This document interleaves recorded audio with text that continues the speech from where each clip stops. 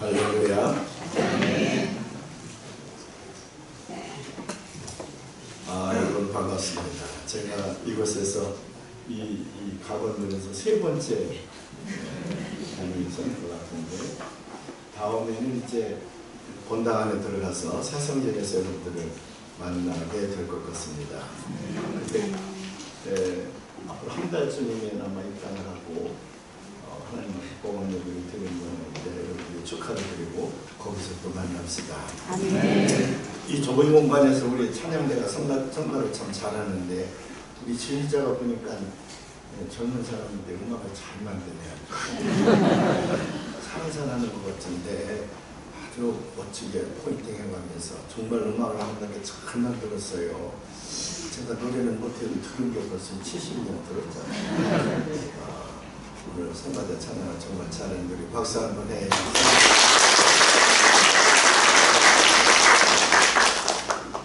제가 이제 예수를 70년 믿었고, 그 다음에 목회를 45년 하고 은퇴를 했는데, 그동안에 많은 교우들도 손잡고 또 많은 목사님들과도 관계를 맺고 살아왔죠.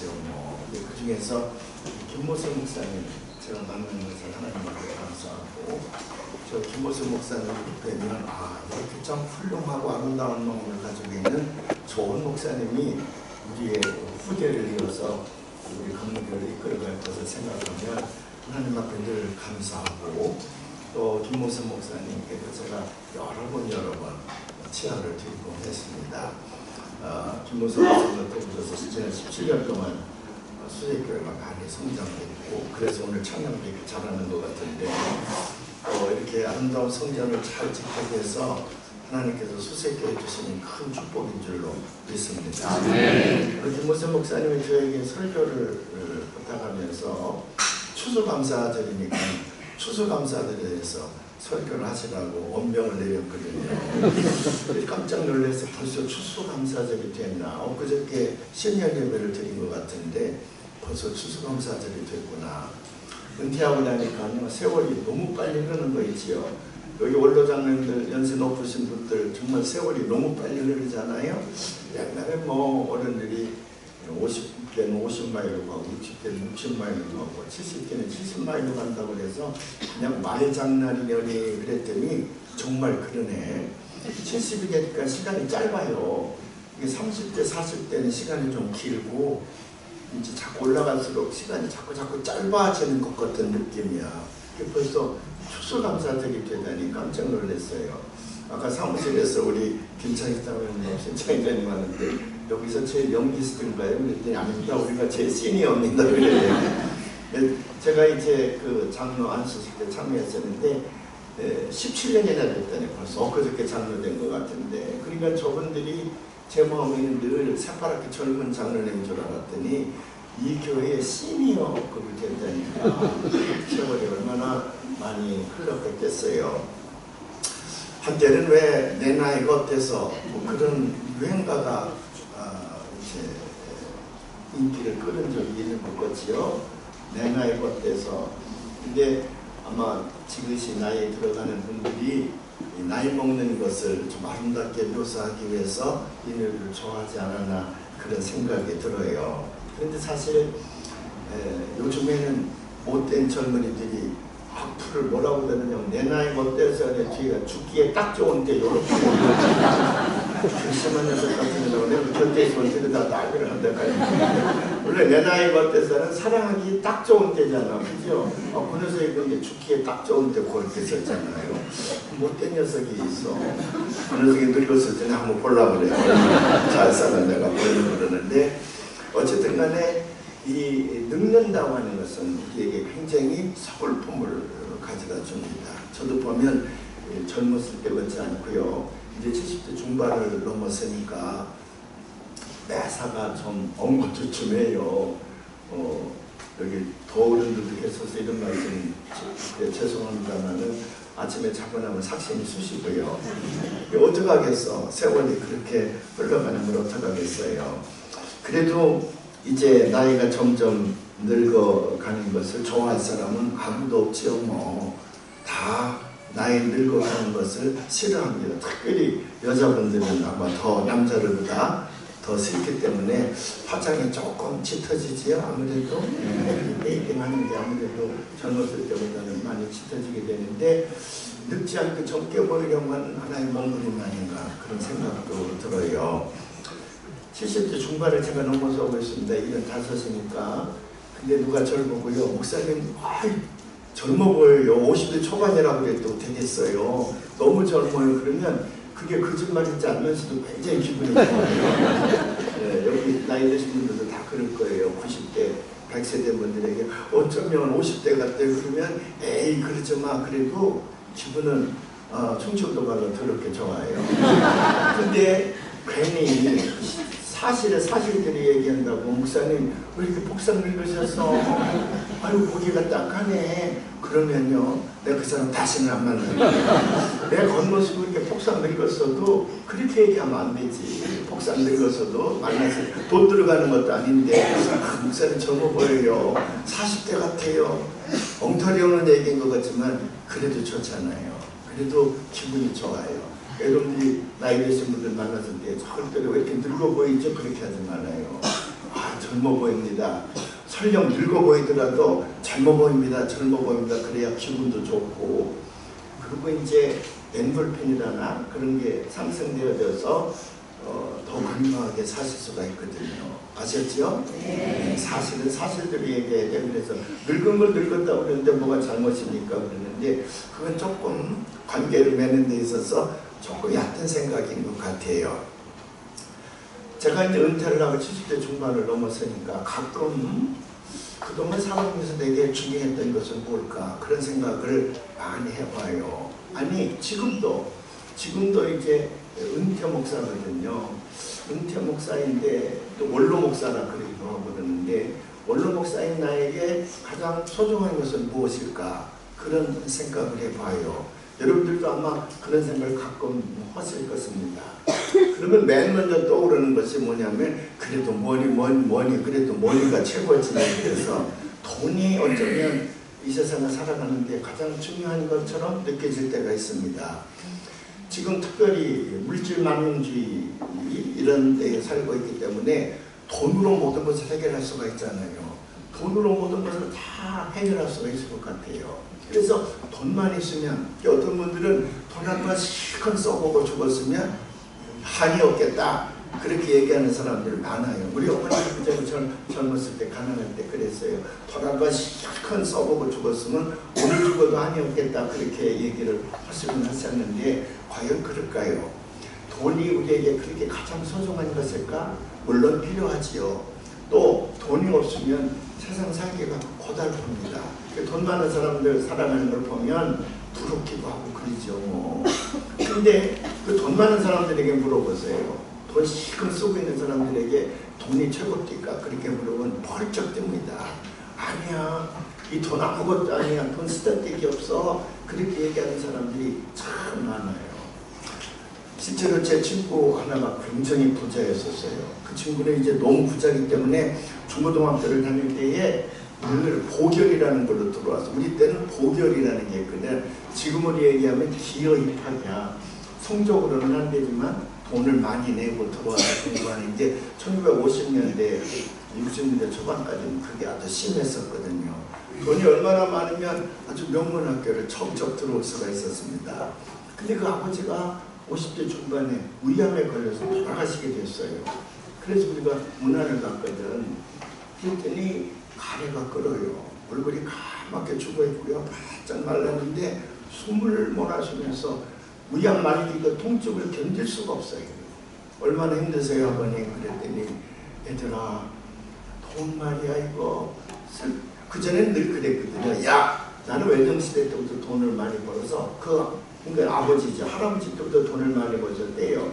자기가 번 돈 가지고 사는 땅이 있는데 평생 자기 땅만 밟고 살아도 다 못 받는다고 하는 땅을 많이 가지고 있었던 분이에요. 그런데 이분이 하는 말이 그 돈 쓸 데가 없다는 거예요. 내가 지금 병들어 죽어가는데 돈을 아무리 쳐들여도 이 병 하나 못 고친다는 거야. 돈 그거 쓸데없다고, 돈 번으로면 내가 세상 다른 거 몰랐는데 누가 지금이라도 내 병 고쳐준다 그러면 이거 다 주겠다는 거야. 다 주겠다는 거예요. 실제적으로 그렇습니다. 돈이 없으니까 돈 많으면 다 해결될 것 같아도 돈으로 안 되는 일들이 얼마나 많아요. 여러분, 그 자식을 기를 때에 돈으로 다 되는 줄 알지, 돈만 있으면 과외도 시키고 뭐 맞춤 과외도 시키고 그래서 명문학교 다 보낼 것 같지만 천만에 돈 가지고 아이들 그렇게 잘 기를 것 같지만 그렇게 기르려고 했던 사람일수록 성공한 사람은 거의 없습니다. 자식들이 다 잘못됐죠. 부모와 자식 간에도 그렇지만 형제와 형제 간에도요. 재벌들 보세요. 왼수지간이잖아요. 언제가 제가 서울대학병원에 글쎄 장례식을 하러 3층에 차를 탁 세워서 의사 걸사를 탁 갔더니 검은 양복을 입은 딱 어깨들이 옷감에다 붙여서 딱 가로막아요. 근데 저는 그런 가로막는 사람을 쓰면 신이 팍 나요. 그래서 딱 불을 뜨고 무슨 짓들이야? 내가 여기 장례식을 하고 온 목사인데 비켜! 그랬더니 안 됩니다. 그래서 내가 딱 쳤지. 저는 깜짝 놀래. 제가 권투선수로 주먹이 세거든요. 발을 탁 쳤더니 뚝뚝해. 내가 탁 들어가는 거 보니까 남의 장례식장이야. 자신 장례식장은 밑에가 있어. 근데 그 장례식장이 한국 재벌이 죽었어요.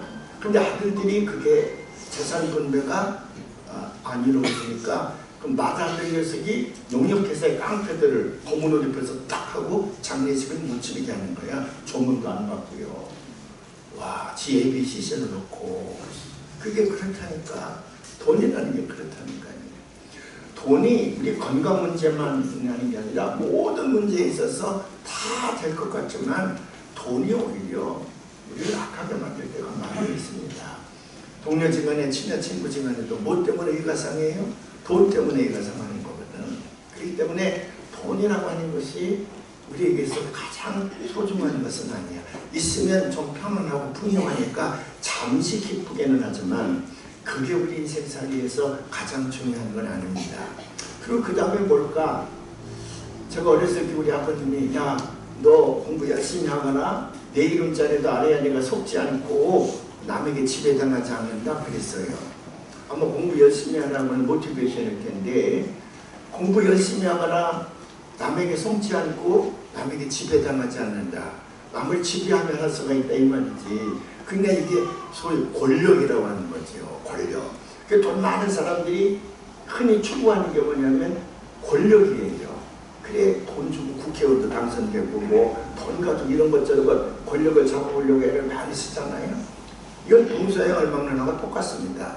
옛날 로마 시대 때도요. 돈을 주고 그 계급을 사고 돈을 주고 로마 시민권을 사고 그랬어요. 근데 이 돈이라는 거 가지고 마지막으로 해보려고 하는 것이 권력이에요. 근데 그 권력을 진 사람들의 말로 우리나라 정권이 바뀔 때마다 보잖아요. TV에 나와서 뭐 청문회 때 지가 옳다고 입에다 거품 부고 소리소리 지르는 녀석들 치고 뒤가 깨끗한 녀석들이 없잖아. 그런들 파보면 또 그래. 정권이 바뀌면 또 가야 돼. 이렇게 세고당을 차고 자식들 앞에서 감옥에 들어가고 망하고 심지어는 극단적 선택이라나 그게. 그래서 목숨 스스로 끊고 하는 권력자들을 보면 얼마나 불쌍해요. 권문은 11홍인가 12홍인가 나 잘 모르겠는데 11홍이에요. 여러분들 잘 모르는 모양이네. 이게 권력이라는 게 결코 영원하지 않거든요. 이게 권력도 우리에게 인생에서 가장 소중한 거 아닙니다. 그럼 뭘까요? 그럼 명예라고 하는 거지. 명예. 사람들은 명예를 위해서 목숨까지도 내놔요. 그래서 인기 탤런트들이나 뭐 인기인들이 그 인기가 떨어지면 명예가 실추되면 쉽게 자기 목숨을 버려. 세상에 이런 등신들이 어디 있어. 이 인기나 명예라고 하는 것은 시간과 문화에 따라서 금방금방 바뀌거든요. 절대로 영원하지가 않습니다. 잠시 우리를 기쁘게 보이고 잠시 어깨를 좀 이렇게 들물게 하는 것 뿐이지 그게 우리 삶의 가장 소중한 것은 아니에요. 근데 사람들은 그 명예가 난 줄 알아요. 그래서 심지어는요, 권력을 잡았다든지 아니면 돈이 많은 사람들이 나 죽은 다음에 묘지를 크게 쓰라 그러지. 그 필요한 것 어떻게 대표적인 거지요. 우리나라 자골들도 보면 양지바른 곳에 큰 묘지를 쓰고 그 다음에 비석을 또 크게 세우라 그러지. 이건 우리나라 사람들뿐만 아니라 미국 사람들, 영국 사람들 똑같아요. 가만히 공동묘지나 이런 데 가보면 길가에 있는 묘지가 제일 비싸요. 거기다가 묘지를 좀 크게 쓰고 비석을 크게 세워놓기를 원해. 왜? 죽은 다음에도 사람들이 자기를 좀 알아봤으면, 그래서 죽은 다음에도 나를 좀 기억했으면 내가 이런 사람이라고 하는 자기의 명예를 죽은 이후에도 사람들이 좀 드높여줬으면 그래요. 그런데 그런가요? 시간 지나고 나면요, 그 후손들도 쳐다도 안 봅니다. 아무것도 아니야. 그거 괜히 비석 크게 세우느라고 돈만 많이 들어가는 거지, 비석 세울 돈으로 굶는 사람 양식 한번 사주는 게 그게 훨씬 낫지. 쓸데없는데 우리가 신경을 쓰는 거예요. 그러면 뭘까? 우리에게 가장 소중한 건 뭘까? 지금 저에게는요, 너 지금 소중한 게 뭐냐 그러면 생명이에요. 내가 살아있다는 거. 내가 살아있다는 것만큼 소중한 게 어디 있을까? 내가 죽고 나면 모든 게 황이야. 내가 죽고 나면 아무것도 필요 없습니다. 저는 죽을 고비를 여러 번 넘겼는데 그 죽을 고비를 넘길 때마다 그 죽음의 순간이 다가왔을 때에 세상의 모든 것은 아무것도 아니에요. 내가 살아있을 때에 그게 가치가 있는 거지, 뭐든지. 죽고 나면요 아무것도 아니에요. 제가 2009년도 송구영신 예배를 보고, 제가 늘 교인들이 송구영신 예배 때 왜 그거 써내잖아요, 기도 제목을. 그래서 제가 하도 돌아다니고 그러니까 그걸 읽고 하나님 앞에 기도해야 되는데 그런 시간을 별로 못 가지니까 꼭 제가 송구영신 예배를 끝나면 그걸 들고 기도원에 가서 한 3일 내지 4일 있다 옵니다. 그리고 거기서 다 그걸 읽으면서 아버지 집사는 내년도 기도의 제목이로구나. 그놈을 들고 하나님 앞에 기도하고 그러면 약 3일쯤 걸려요. 한 1,500장 가져가니까. 그리고 이제 내려보냈는데 2009년도 요새 제가 잘 가던 기도원이 갑자기 문을 닫았다 그래서 여기에 있는 다른 기도원에 가서 기도를 하다가 제가 그 서툴었죠, 그 길에. 그래서 그 붉은 신호등 앞에 멈추고 있는데 벤츠 550이 저를 받아가지고, 그래서 제가 중환자실에 실려가지 않았습니까? 그래서 그때 제가 거의 사선에 있었죠. 이제 중환자실에 다른 맥이 9mm가 찢어져 있는데, 그때 그 중환자실에 헤드너스가 간호과장이라고 그러나, 그분이 조용히 제 앞에 오더니 목사님은 돌아가세요. 언제 돌아가실지 모르지만은 아마 3, 4일 넘기지 못할 거라고. 그래 이제 죽을 준비를 하시고 정리하시는 게 좋다 그래요. 아직도 정신을 말종한데 제가 이 닮음이 커지면 죽는다는 거예요. 내가 죽는구나, 이렇게 죽는구나. 그래서 장로님들을 세 분을 따로 불렀지요. 내가 죽는답니다. 그러니 내가 죽으면 이렇게 해달라고, 이렇게 해달라고. 제가 3-4가지 부탁을 했어요. 우리 집사람 나한테 시집 와서 고생을 많이 했는데 내가 죽은 다음에 좀 어렵지 않도록 좀 보살펴달라는 얘기도 하고, 후임자는 또 어떻게 해달라는 얘기도 하고. 근데 3일이 지나고 4일이 지나고 5일이 지나도 안 죽잖아요. 근데 그 장면들이 그때 와가지고 우리가 당연히 기도하는데 안 죽습니다. 그런데 그 장면들이 은이 맞긴 맞은 거네요. 근데 지금도 저는 시한폭탄을 갖고 있습니다. 9mm 닫은 것이 찢어져 있어요. 그래서 혈압이 오른다든지 이제 화를 내서 이게 팽창이 돼서 터지면 나는 뭐 1분도 안 걸려서 죽는다 그래요. 이게 다이색 환자라 그러는데 제가 다이색 환자입니다. 죽을 고비를 많이 넘기게 되죠. 죽음을 딱 앞에 놓고 보면 정말 세상에 모든 것 다 소용없습니다. 생명이라는 게 이것만큼 중요한 게 없어요. 뭐 교통사고가 뭐 비율이 어쩌다 뭐 어쩌다 그러지만 내가 죽으면 100%지 뭐. 내가 죽으면 세상에 없는 거지.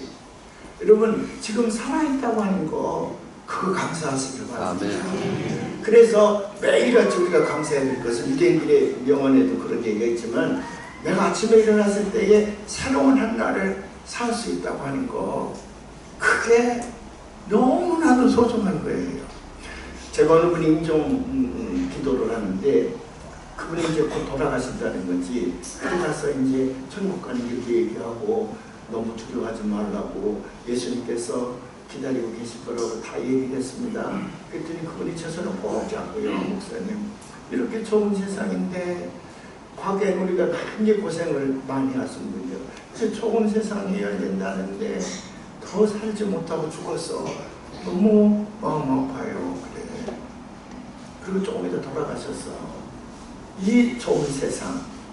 그분 장례식을 하고 이제 산소에서 돌아오는데 자꾸 그 말이 제 머릿속에서 되새겨지는 거예요. 이 좋은 세상. 우리는 지금 이 좋은 세상을 살고 있는데 그게 얼마나 감사한 일인지 우리가 잊고 살아요. 그냥 뭐 당연히 사는 것 같지만 오늘도 죽는 사람들이 얼마나 많이 있습니까? 그래서 글을 쓰는 사람들이 숯불에다 꽂자 쓰는 게 뭐냐면 어제 죽었던 사람이 그렇게도 살고 싶어 했던 오늘, 나는 오늘을 살고 있다는 거야. 그거에 대해서 감사하느냐? 글을 쓰는 글쟁이들이 그런 표현들을 많이 했죠. 많이 하지요. 여러분 생각해 보십시오. 어제 그저께 3일 전에 죽었던 사람들, 그 사람들에게 앞으로 일주일을 더 살게, 한 달을 더 살게 한다 그러면 세상을 다 주고 그 생명을 바꾸려고 그럴 겁니다. 그 여러분들이 죽지 않고 살고 있다고 하는 거, 그거 정말 하나님 앞에 감사해야 될 줄로 믿습니다. 네. 오늘 추수감사절, 그거보다 더 큰 감사는 없지요. 뭐 물론 지난 한 해 동안에 병도 고쳐지고 자식도 잘 되고 시집도 잘 되고 친구도 하고 뭐 여러 가지가 있겠지만 그 중에서 가장 감사해야 될 것은 살아있다는 거예요. 오늘 살아있으면서 하나님 앞에 추수감사절 예배를 드리는 거라고요. 지난 주간 동안에 우리 지역의 원로 목사님들 모시고 저 산정호수 점심도 대접할 겸 둘레길도 좀 걸을 겸 나들이를 갔습니다. 그리고 헤어지는데 어떤 분이 내년에도 꼭 살아있으세요. 내년에도 꼭 만납시다. 내년까지 살 자신이 없어. 80, 90 된 분이거든요. 또 저도 원로 목사잖아요. 현역으로 있을 적에는 제가 죽으면 난리가 날 거예요. 김영훈 목사가 죽었대. 세상이 들썩일 거야. 근데 은퇴하고 나니까 은퇴한 원로 목사는 죽음을 기다리는 사람이야. 그냥 죽어도 누구 하나 죽었대. 그러고 말아. 죽었대. 그리고 말 세상인데 아직도 살아있다. 그건 굉장한 축복입니다. 하물며 우리 육신의 생명이 살아있다고 하는 것도 이렇게 고맙고 감사한 일인데 우리 예수 믿는 사람은 또 하나의 생명, 그걸 우리가 영원한 생명이라고 그랬잖아. Eternal life, 영원한 생명. 그 영원한 생명을 하나님께서 우리에게 주셨습니다. 네. 우리가 예수 그리스도를 믿음으로 말미암아 하나님께서 우리의 죄를 다 용서해 주시고 하나님과 더불어 저 천국에서 영원히 살 수 있는 영원한 생명을 우리에게 주셨어. 네.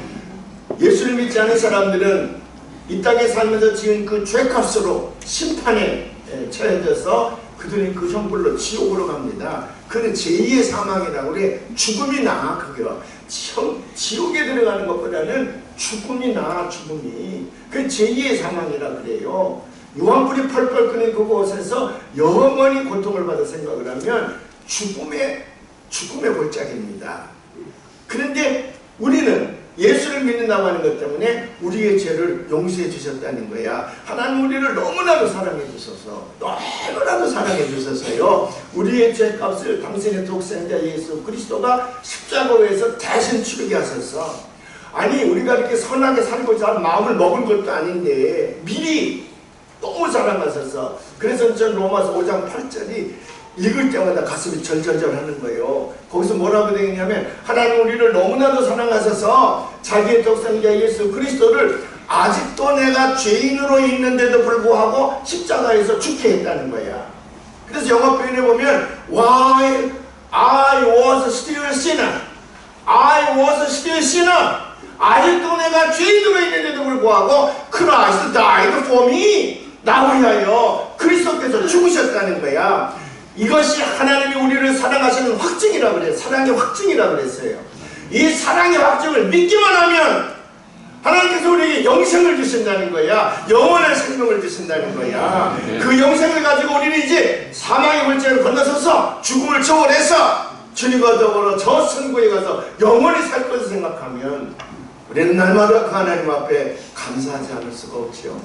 근데 추수감사절은 한 해 동안에 우리의 생명을 살려주신 것, 또 내년에 건강하게 살 수 있는 것도 감사하지만, 끝내 우리가 이 절기를 지키면서 마음속에 계속 얘기하고자 하는 건 뭐냐면, 우리가 죽음 이후에도 하나님과 더불어 저 천국에서 영원히 살 수 있다는 것, 그 영생을 가지고 우리를 살게 하신 하나님, 그게 너무 고맙고 감사한 거예요.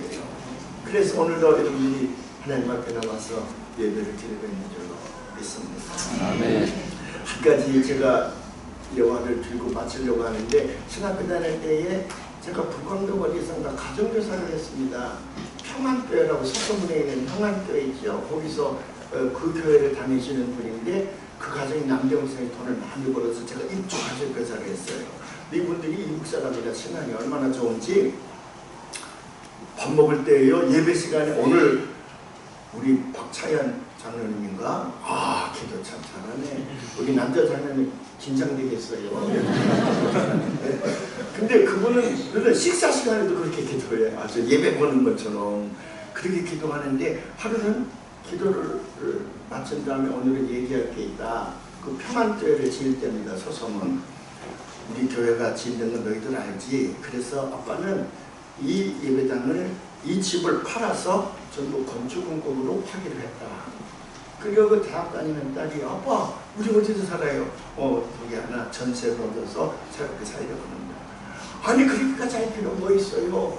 하나 아빠는 그렇게 다 내놔요. 그러니까 아니야, 난 6.25 사변 때 북한에서 내려오다가 죽을 고비를 여러 번 넘겼다는 거야. 그때나 죽었으면 너희들도 없고 나도 이것도 아무것도 없어. 하나님이 살려주셨어. 그래서 우리가 평안교회를 세우고 신앙생활을 해서 장사하고 잘 되고 그래서 이렇게 좋은 줄도 갖게 되고, 또 앞으로도 이 사업이 번성하면 우리가 풍족하게 살 텐데, 이까지 그 집이 문제겠냐? 하나님의 집을 짓는데, 그래서 내가 기도하는 중에 했습니다. 그러니까 그 부위에 따라 아멘. 하나님께서 우리에게 주신 복을 생각하면 이까지 집이 아무것도 아니죠. 그렇게 합시다. 그런 아이들이 그렇게 하자 그래요. 좀 무모한 신앙 먹게 돼. 신학생 입장에서는 좀 무모한 것 같다. 어떻게 집을 농담판에서 건축공으로 되니까 그랬어요.